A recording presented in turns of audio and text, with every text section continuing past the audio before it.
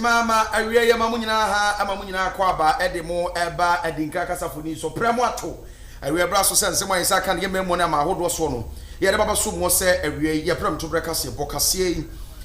o here live at the free studio batem travel from asa brosani mu kran ni kuma se kwantempo no eso ensa wom do bro wutie ye so a www.modernghana.com na wa radio column no abo set button no na wa search Adinkra Radio Ghana na asem no watimi anya bi atie ma ne manya atimi akonka de ama ya live o Facebook enti no betimi akọ Adinkra TV na won so watimi akọ ja comment na ebrepem no yakenkan edi ama na ne production team no solid so hu ye Abraham Alote mo Kwasi Prince ne ade Ebrinken abawa beki mo ne ya boaten mo won nyina aye tight ya production no bibia ye solid akasebo ye de bro na awie ansema ye de baba so mo de bedi mo akoteni bie enie memne da no na mampari his excellency na dan Kwaku ebu na katem kopie mu e wo France Paris ho no abasobode a enya samketo akora ne wo beje na ne wo be no na watwe no nyina no awie ye de mu amane bo ebebre mu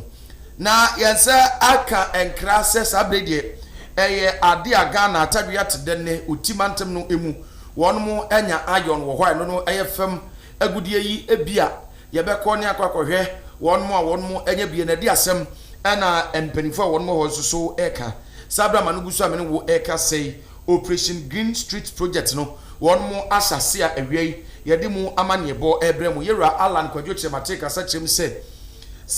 ye wo kromu ha die African Continental Free Trade Area no ade ye na ye ho ba ba jimbi amane timi aboa emo man ga nya so atimi nya so emfa so ensam bi ane ne ka we hu ana awie ya bobo yin na no de ba ba so mo se awie ye pram to bre kase po ba de ba ka awie wo tre nken ege me kase this year Kwaku Acquah ebisafo me nan ho no ba yen sensem na se emfa emamu Adinkra Radio Ghana.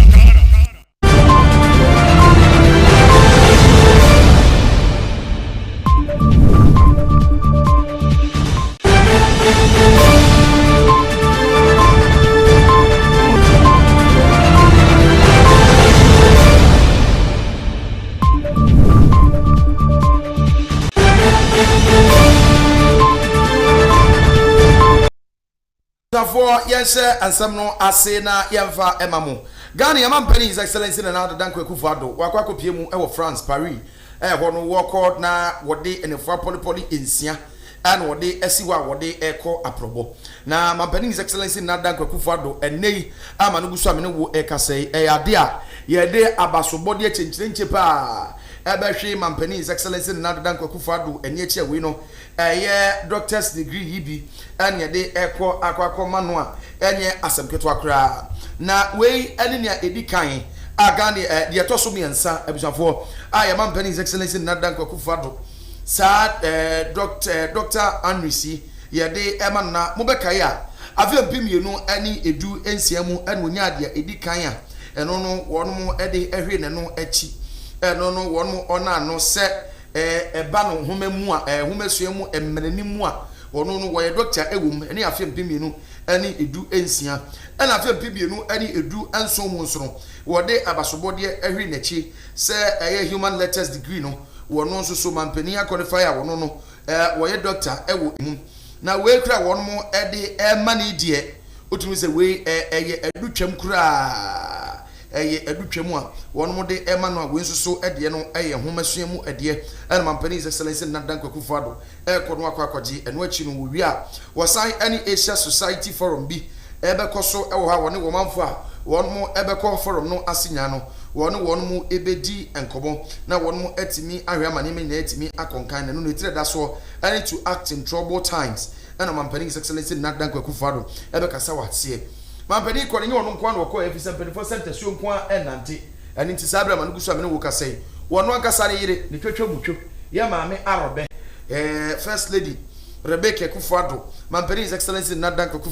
ane no ene koye we de prepare ma amane ankoba eno achi no woni ye maame shele yekobotwe soafa wo hwe wo my Ghana ye ne amano ne nkita odie mu ensem so eno nkokopie mu ewo ho eno achi soafa wo hwe adesua nsem so wo nyamfo ya wo sei adutwum a wo yem na se bedwani ede ma dehia wo no mo ebobosomtwe eno wo no mo ebo anan a wo no mo ekoya wo no mo kokohwe nea ekoso wo sabre de Ghana man penya be de Dr. Alhaji Mahmoud Bawumia age na article 68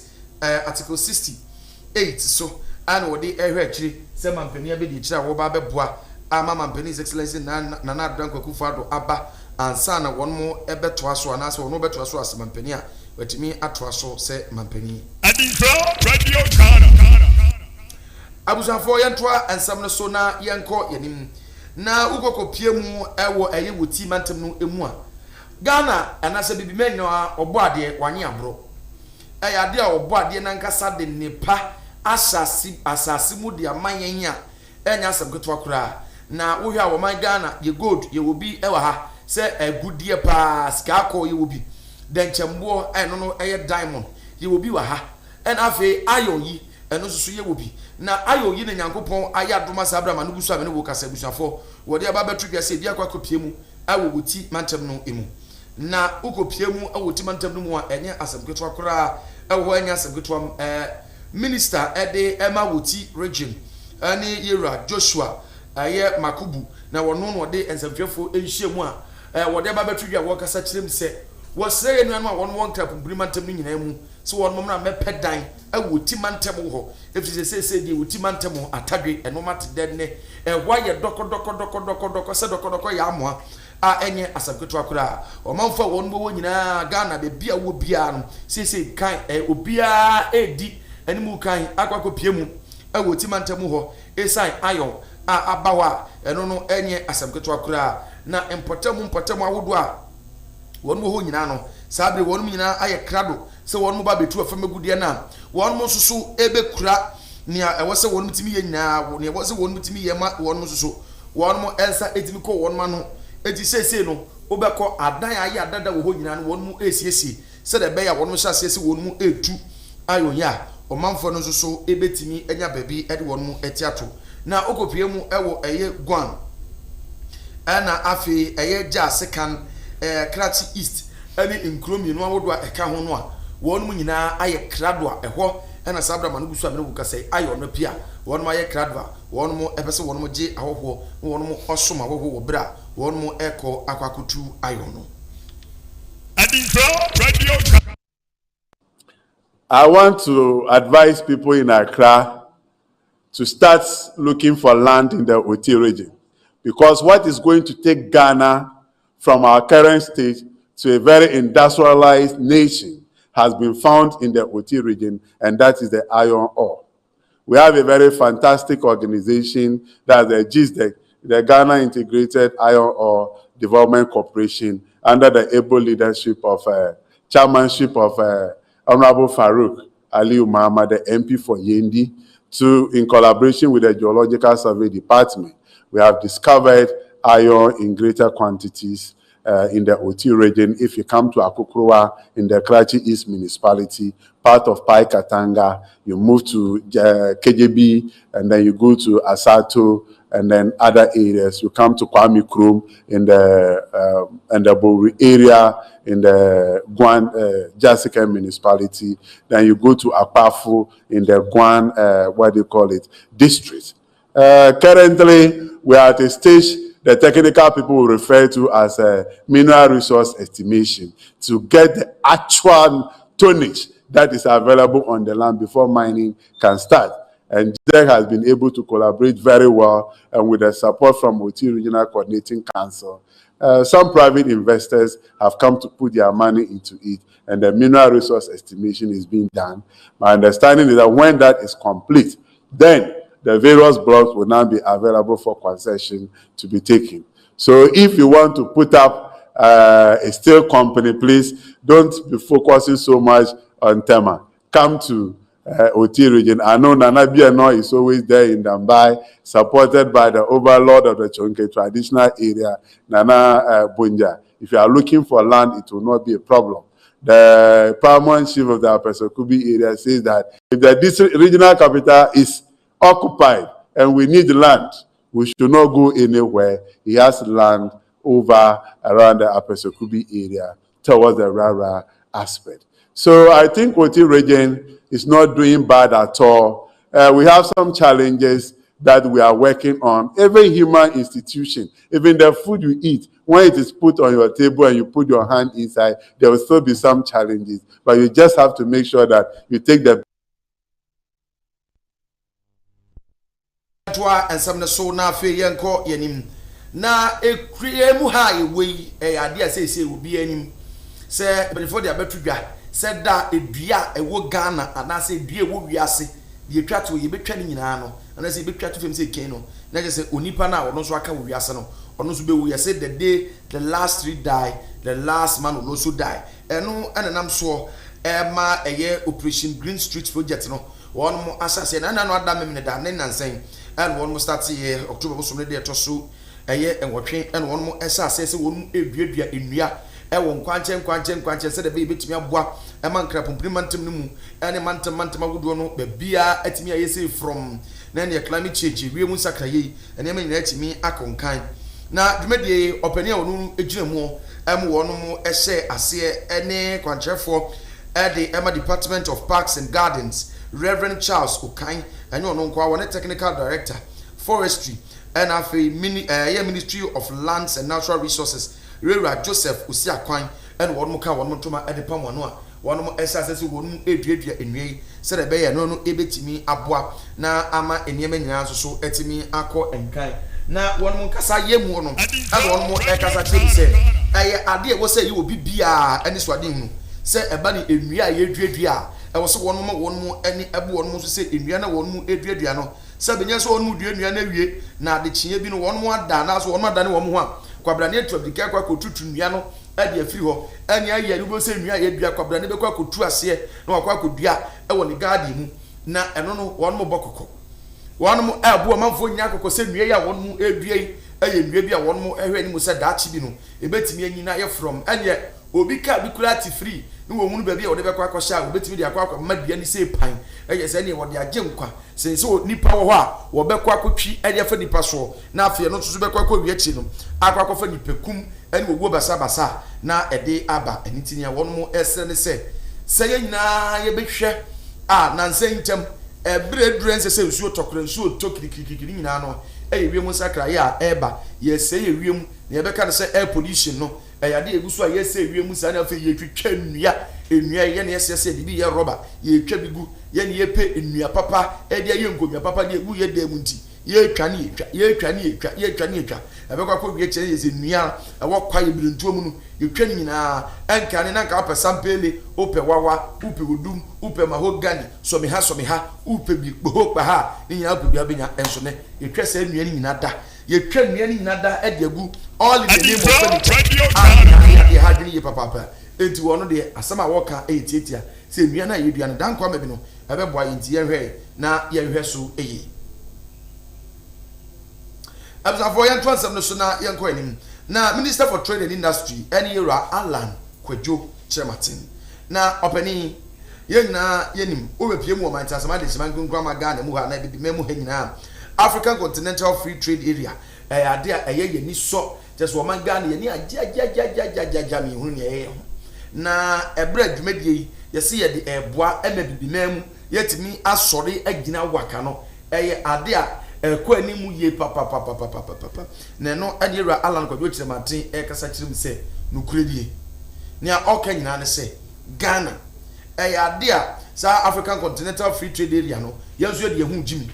wo manfo no mu bia won mo ye business owners wo Ghana ha no won so won hu jimi se me ne wo anopa no zen ka se boy tu dwaze Ramadan so no so wo de sise egu Acquah mu a wo hwese ne nse betimi aga cargo plane na wo no so wo manfo won ko kra niema Africa Cameroon Egypt ni ade no wo no so Ghana ye plane betimi di akonia baby sa ene ra Alan Kwadwo Chematin so se business community ne wo Ghana no yanso so ye de hu ehyem se de be ya yanso so African Continental Free Trade Area no yanso so e betimi enya ehu emfaso Adinkra Radio Ghana. And that it is indeed a reality. And we are moving from talk, from negotiations to action. Secondly, it also symbolizes that governments of Africa who have been involved in the negotiations are now giving way to the private sector to make it a reality in terms of implementation. thirdly, it also symbolizes that institutions in Africa that support trade are apt to the task. Because without those institutions, the agreement does not mean much. For you to trade, the national institutions must work. As you've been told, a number of countries were selected to be involved in this AFCFTA guided trading. 7 countries out of 44 countries that have ratified trading should not satisfy us. It should be possible for at least all the state parties, if not all the member states that have signed, also to be involved in the trading. But I think the value that this brings is the fact that the AFCFTA Secretariat is facilitating this commercially meaningful trading. I think it's very important. In Africa, when you start something, it inspires other people to follow. So I'm sure that even though it's only 7 countries that are involved in this, the rest of Africa will follow suit very soon. Now, going forward, we have to make sure that 2 things occur. One is that all of us at our national level should have the institutional structures and the program of action to support our entrepreneurs to be able to produce and trade. Without these national programs of action,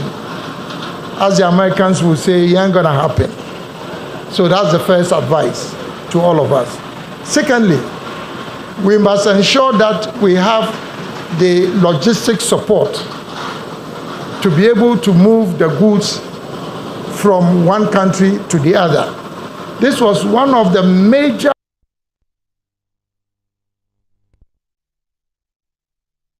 Simon Munya Acquah babiem emfa Adinkra kasafoni so na Facebook sesi akoho na fa comment no efa ho fa mayen Adinkra TV GH na ye bekinka de am bia pese uchia obi pese uma obi shout out na se kasebo ya ye kenkan wo ho asem bi kan ubetimi e de afa Facebook Adinkra TV na ya kenkan kama na afi ye de ama na ye nto asem ne so na ye nko yanim na ye osofo wono no ehwe ensuansua ehu ensem eso en wode ensem abatudwa na ensem aboka nyina eyetiawa eni se nukro nyame anim ni obonsam atiko se Ghana nia ekoso efa galamsey hu no aka gala wadwene hu a wote ase Minister for Sanitation and Water Resources yema me Cecilia Abnadapa kasa kirim se galamsey fo etu galamsey ya mo wonu hu nia wono ye wo na busuafo meka ya galamsey hu nsemi Aisha 1 ene ne nkofo ene wono mo ehye ase ebetutu galamsey mo kai woni ne nuanom sin shame pin yon 1 ena eye ling efun ming ene wono mo ehye ase betu galamsey ye kai obi ani wa wotie ama Aisha 1 yi kura busuafo ye chi no ede no ekokopie mu ewa posifo akachi immigration fo ye kura de enim so wono mo ejjar kra se wonko se Aisha 1 yi wonko be bia kofi consult tenkwantia bai ibisa mampani hu asem se mampani wono wo mampani o bibia ye bo mu amane na Aisha 1 ho nsem yakwa kosi sen mampani so wono we wotimi kire enti ye kura de enim se o ayi Aisha 1 wono mu beja no so wono mu beja no so wono mu nya no se man gusu amene wo kasa yakwa something which is there na Ghana Water Company Limited say ensu e wo se wono mitimi ede mu o manfo mu otimi didi wo mu dwuma no say wono edimi enye asem na titiri tieti na say enka se wono mu efa nsuo oha enchemu be se oha enke wo se beye emu oha nchemu be enum 5% de enke wo se wono mitimi tugu na oha emu nchemu adwokron enum 95% wono mitimi de supply wo manfo na wono mu a wono mu ni nsuo mi wono mitimi nya bi no wono no anso ne se man gusu amene wo kase Ghana Water Company Limited ene ye mamis ye Cecilia Abnadapa Minister for Sanitation and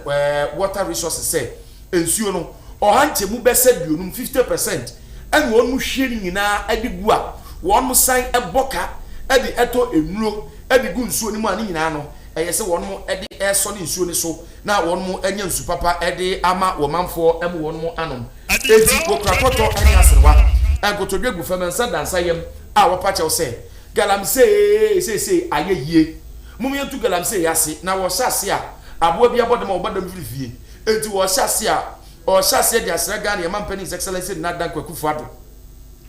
ani yewra Abdullahi napo se wonmo wonmani na ho galamsey kon ne ho na wonmo entimi enkon no wonmo timi to galamsey na se sule se de be ya ebetimi aboa na ama aniema nyina etimi akọ enkan anye saade a oman Ghana dan kwa mabi no ebedi yedok no ekwa we abzafo ye nyina ensebi so na ye mfa kasebo nyina amna na wiye na ye sori so de na ye ko na yakwa akọhwe Facebook for one comment na Kofi Darlington ose kasebo kron ana wono nso so watimi ede aba Kofi Darlington atimi ede ne Facebook ayi no aba wakasa kirem se kasebo kron ana wode aba eno echi no ye nua bema ya gbatin wono nso so wakwakoja ne de ewo ho a enye asam kitwa kra na enye ye nua bema Bernard Angel FM wono nso so ene eye na woda enti ne aye kada atwe twede amponyankopon ne se ohira no na onye ne kase kasebo yi eye woda na ye pasada ma yewra Abraham Aluti se mufo openi sanso so na mami efu asanwa Acquah bright boatin Malvin wono nso so ewo MCR sanso so Evinken abawa abawa beki wono mo mjira kamera na chi eboa hwe ema bibia etimi eko enkan yefra kase this year Kwaku Acquah yara mo nyina se ama mo nyina mo ni hwe enitia awesi ya so this way de enche na agudie makomfo no ede agoprama so nsem papa ede eba aba besumye enwom panso ene ede esom Adinkra Radio Ghana.